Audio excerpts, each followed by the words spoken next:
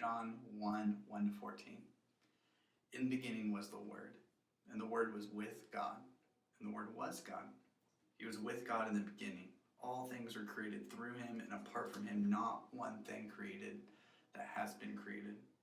Life was in him, and that life was the light of man. That light shines in the darkness, yet the darkness did not overcome it. There was a man named John who was sent from God.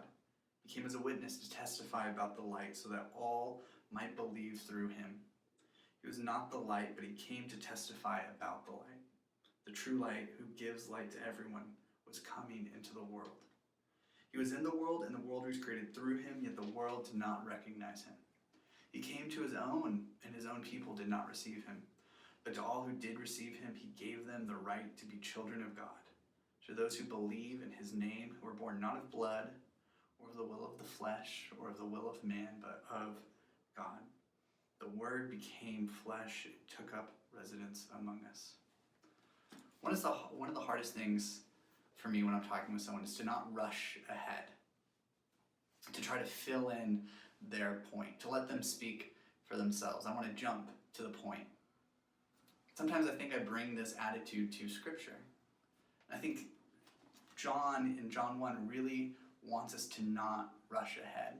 Even though we know from all of our learning and all of our church attendance that when we talk about the Word, we're talking about Jesus, John doesn't want us to rush ahead. Because when we rush ahead, we miss out on something really important. See, in John 1, John is talking about the Word and how powerful it is. That is the thing through which all things were created, that has existed in the beginning, that it is the light of the world. He gives this picture of something that is so powerful, something so grand and majestic, so much greater than us, something that is outside of our sin and the fallenness of the world, something that is great and pure and holy. And when we rush ahead, we miss out on what I think is the key part of John. Verse 14, when he says, the Word became flesh. He wants us to feel the weight of what it means that the Word, the creator of all things, that all things have been created, that the Word, who's so much bigger and greater, became flesh, that the Word stepped into his own creation and took up residence among us.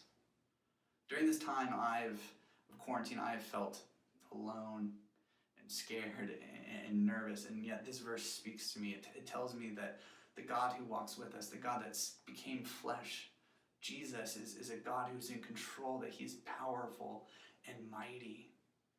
John points to this and talks about the unity of Jesus with this power.